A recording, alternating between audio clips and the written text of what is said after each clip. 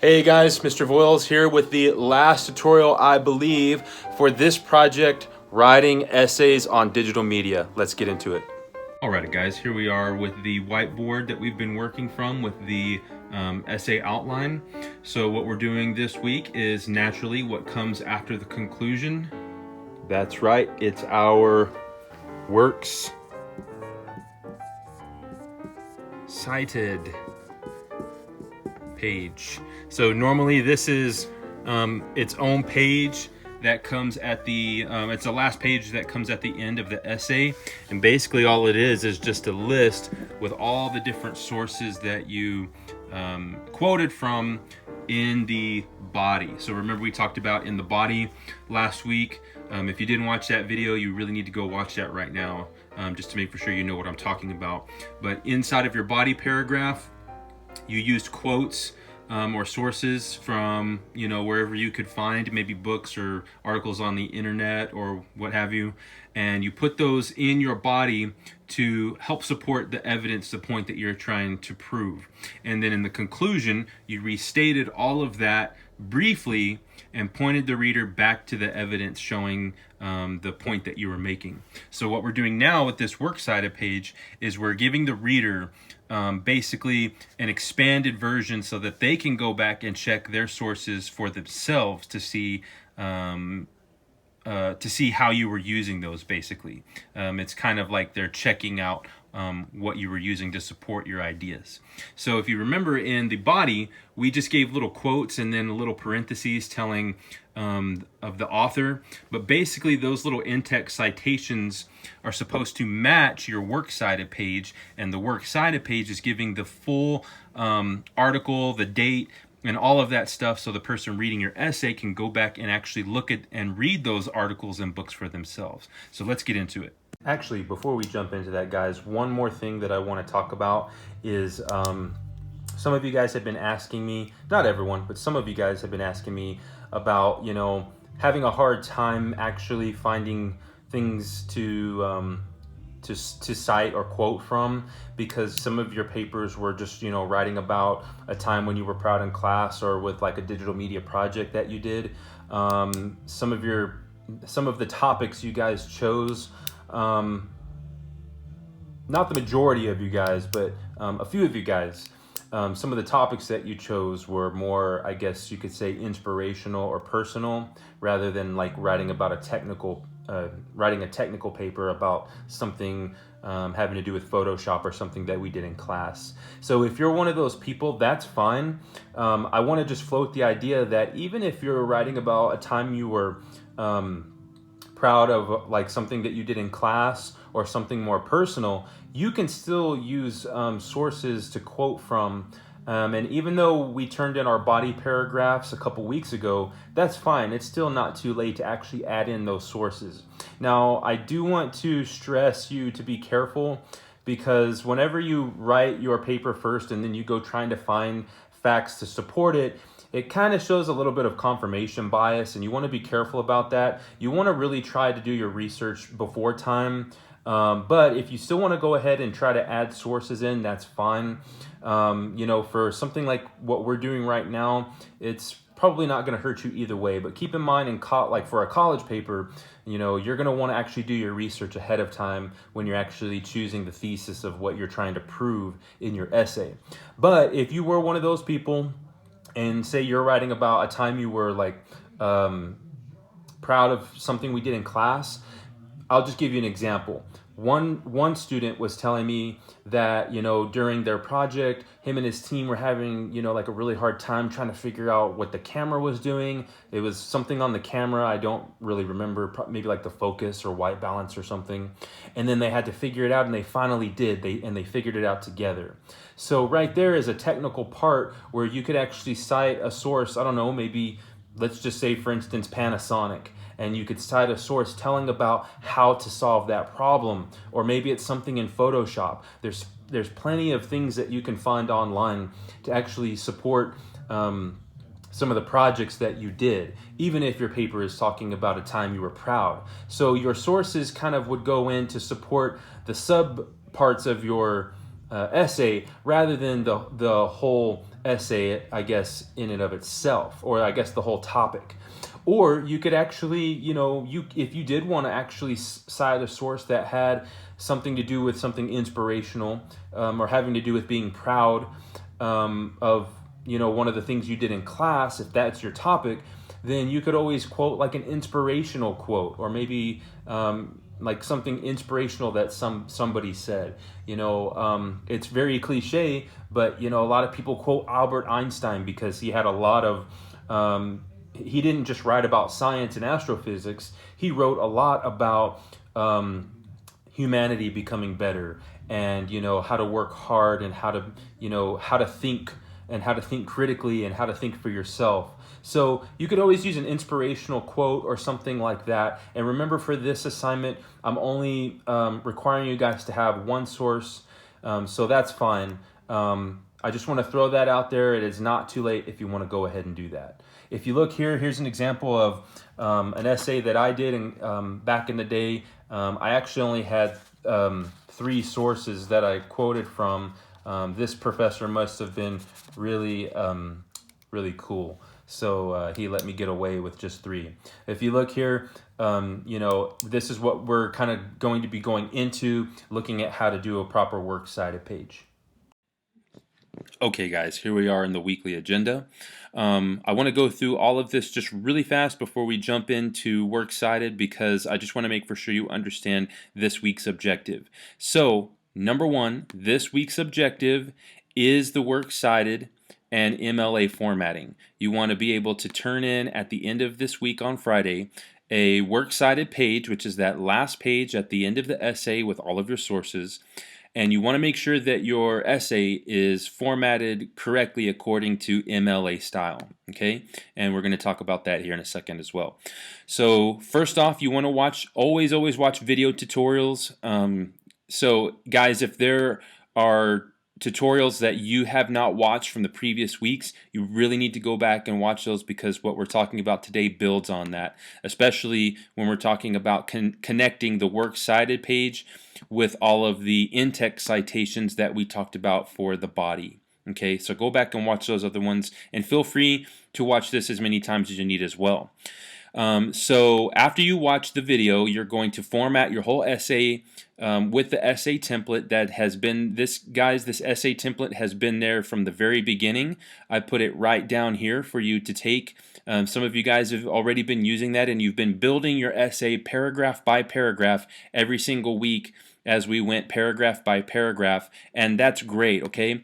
But if you haven't, then you're going to need to use that for today. Before Friday, but for you to turn in your actual essay. And then you want to format your essay and turn that in with the works cited page. So this is the end of the project, all right, guys? This is like the last step. So complete essays are due because this is the last step, all right? So here's the video lesson in case you need to watch it again, and then here are the past video lessons if you're behind. So I've got a video lesson for each paragraph that I've had you guys turn in every week, okay? And then, weekly deadlines. The discussion question is due Wednesday, and the works cited page with a complete formatted essay is due Friday, okay? Like I said again, here's your resources. So let's scroll down here. And we're going to start with this. This is basically our example that we're going off of. This is an example of an MLA works cited page. And as you can see in blue, here are kind of the directions or kind of the instructions to creating a works cited page. So for a book, you want to use the last name and then the first name separated by a comma, and then the title of the book, and then a period, then the city of the publication, which is usually in the book at the beginning on the first few pages somewhere. Then you're going to put a comma after that. Then it's the publisher, and then the publication date. Okay, so if you look down here, you can see this is following all of these instructions. For an article in a magazine, some of you guys may have been quoting from magazines, or for website articles. Let's look at website articles, because articles in a magazine are pretty easy to do. It's just the author, the title of the article, the title of the periodical, and then the month, day, year, and then the pages. But for a website, it's kind of the same, but most of you guys are going to probably be using website articles to quote from, if not books. So let's look at that. It's the author and then a period. Then it's the title with a period, but quotation marks are around it. Then it's the title of the container, other contributors, which means other authors. It's the name of the publisher, then the publication date, and then in parentheses, the page numbers and the paragraphs or the URL. And the URL is basically the web address of that article, wherever you find it. And then if there's a second title, then at the very end is the date of access, which basically all it means is the date that you opened up that website, that article on that website. And I put in parentheses here, if you can find it, because sometimes you can't. Also, sometimes you might find an article, save it, print it out, and then the publisher maybe takes it down or the website gets taken down.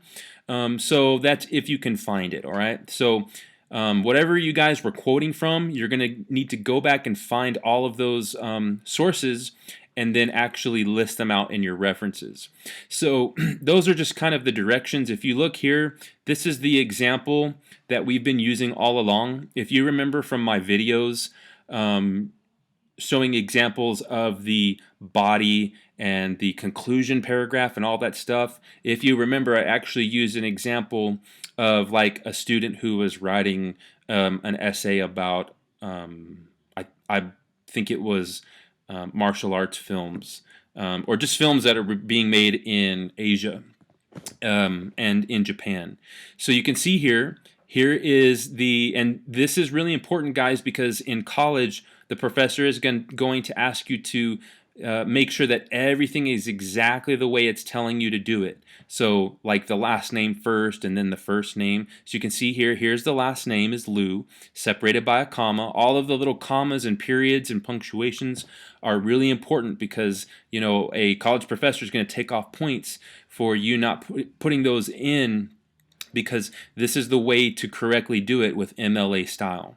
So you see here's the last name, and then the first name, which is abbreviated, and then a period. And then in parentheses, you've got the year, and then a period. And you'll notice a lot of the sections in an MLA citation end with a period. So pretty much after everything will come a period or a comma. And so then you see Planet Hong Kong, Popular Cinema, and the Art of Entertainment. That was the title. And then Film Quarterly is the name of the magazine. And then, of course, it's got the date. And then the date needs to be formatted correctly as well. So you always put if you look up here where it says publication date, it needs to have the day, the month, and then the year. So usually we like to put the month first, like on the tops of papers and stuff. But inside of a reference or a works cited list, the day needs to come first and then the month. Then you put a comma and then the year. Then another comma, and then the page numbers, okay? Look down here at this bottom one. So if you see on all of these, the second line is always indented. And then basically, if you have like a really long reference, usually the third, fourth, fifth lines will all get indented. The only time you have everything flush to the left is when you're actually starting a brand new citation. So this first citation is from Planet Hong Kong, that Film Quarterly magazine that I was telling you about.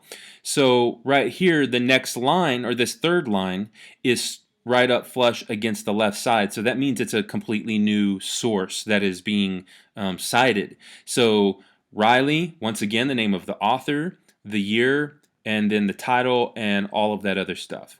So you can see every time you start a new citation, it needs to be flush to the left, and then all of the second and third lines get indented. Okay, and that is how you do it. Also notice there are no spaces in between. There should not be any spaces between any of your references. Okay, you can see this list here actually has 3 references, just to give an example.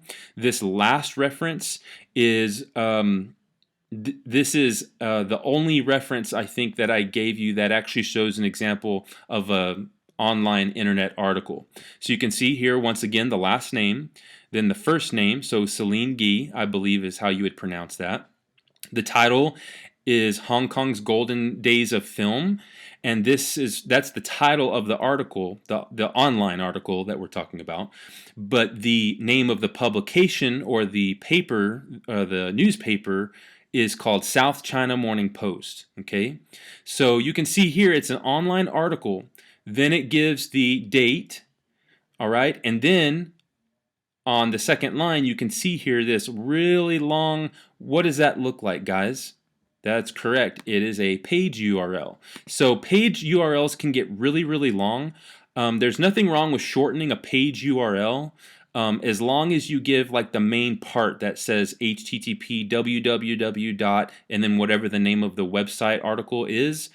You want to give at least that main part so that whoever is reading your references can go back and Google that. And then that ends with a period. And then you can see here, just like what it says right here, date of access, if you can find it.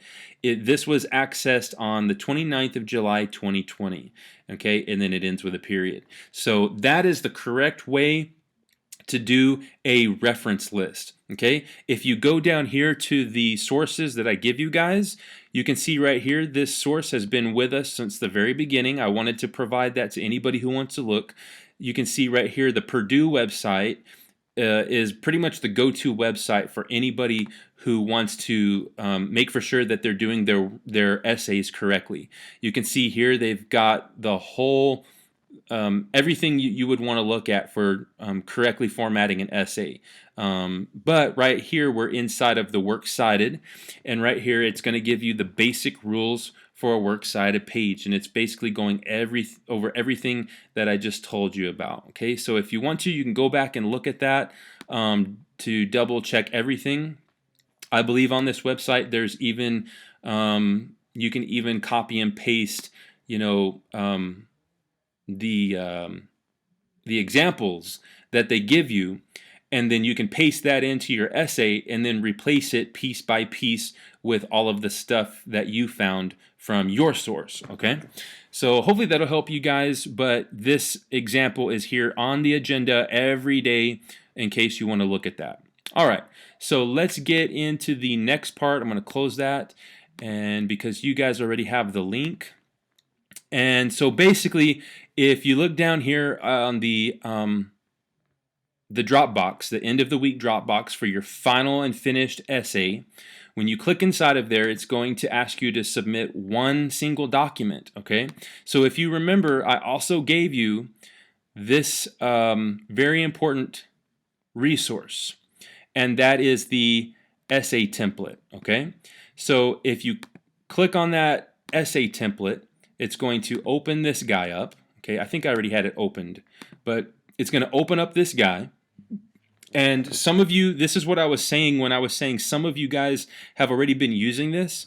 This is an example of basically the exact way the MLA styling should look for your essay. So if you read here, it's just, it's kind of like dummy text, or I guess it's like, just instructional text. Telling you how it should be.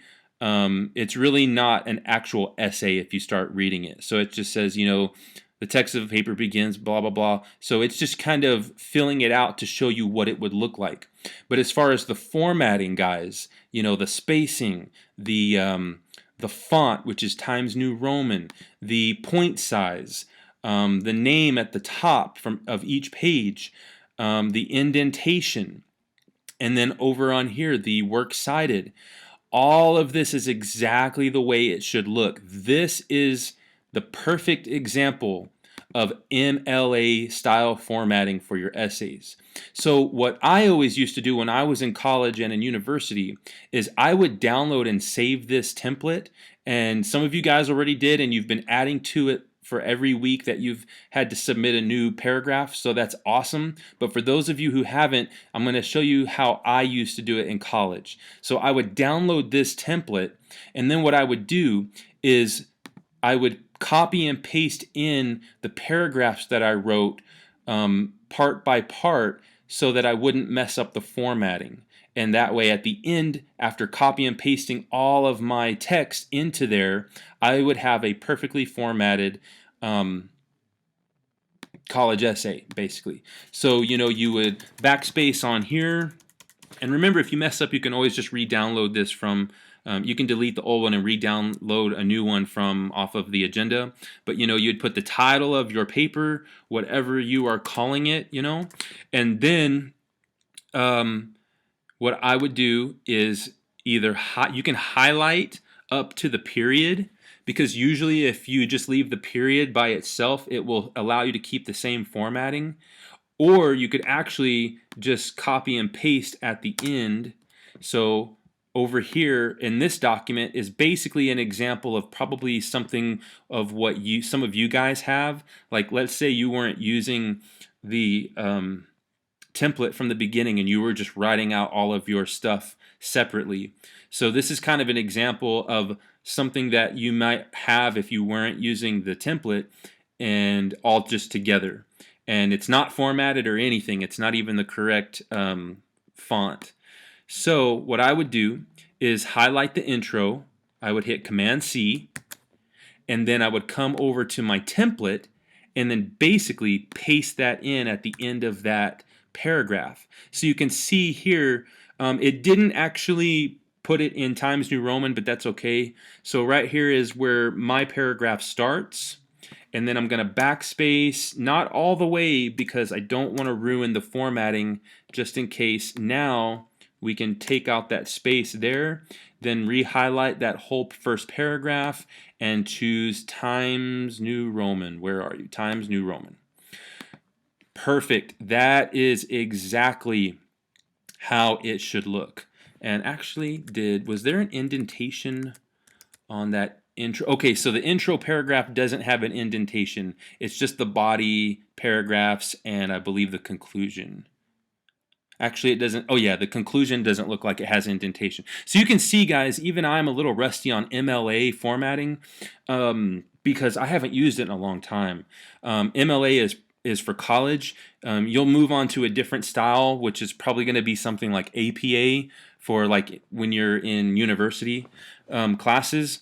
But this is exactly. So if you actually ever forget the right way to do it, MLA, it's okay to go back and look at, go like what I just did right now to go back to make for sure. So what I would do, guys, is I would go and basically, like, here's my intro. This is just an example of like a college paper like I was showing you.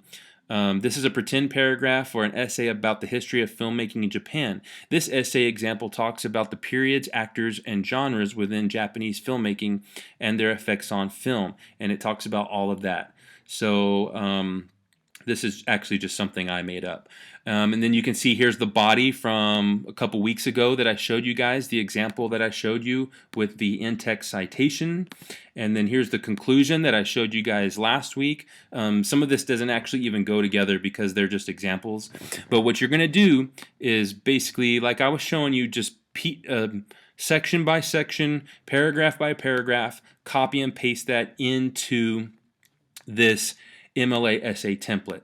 Then at the very end, you want to retitle this, whatever you're going to title it, so that when you turn it into me, it doesn't just say, example essay, or essay template. So you definitely want to title it. You can put in your name, or you can title it the name of the actual title that you're putting inside of the paper. Then you can link that or download it and upload it back into Echo to submit for your paper. So that's basically it, guys. You want to just make sure you do it part by part. And then also, I forgot to say, when you get to the very end to your works cited, you want to come over here wherever your references are. Like, these are all my references. And you can actually copy and paste those in one by one. And like I said, you just want to be really careful because sometimes you might still have to do some reformatting yourself. It looks like on Google Docs that you actually have to put in the correct font, and then check it out here. It's actually not indenting the way it's supposed to. So we want to go to that second line, And sometimes it won't let you indent unless you hit enter first. And so you have to enter it and then backspace it back out again. That breaks the two lines from each other. Then you can actually hit tab and indent that second line, or your third, fourth, however many lines you have. And just keep it pasting, copying, and it's basically just a copying and pasting game when it comes to getting the formatting just right. And I'm going to be honest, guys, I'm not an English teacher. Some of your other English teachers for your essays might be a little bit more strict, and you definitely want to do things the way they want you to do them and make for sure everything is perfect. But if you have a couple of mistakes that you didn't catch here and there, I'm gonna be easy on it, because this is I'm more concerned about you conveying a good idea in your paper about digital media rather than it being perfectly formatted. Okay, guys? But I am going to be grading on formatting as well, so try to get it as close as possible and try to be really careful when copying and pasting back and forth. And that's basically it, guys. You want to copy and paste all of your paragraphs that you've turned in over the weeks, and then all of your references at the end, and then basically you will have a perfect MLA style essay to turn in by Friday. Okay, guys? If any of you guys have any trouble or get behind and you need some help, please do not hesitate to email me or let me know, or reach out for any questions, or if you need some extra time turning that in. Okay, guys? We will be moving to a new project for the last couple of weeks. It's going to be something a little more fun, but it is important that you try to get this as nice and neat as possible to turn in for our final assignment at the end of this week. Alrighty, guys, I hope you have learned a lot from this project on writing essays. Please reach out if you need any help. That is really it for today, guys. Thank you so much. God bless.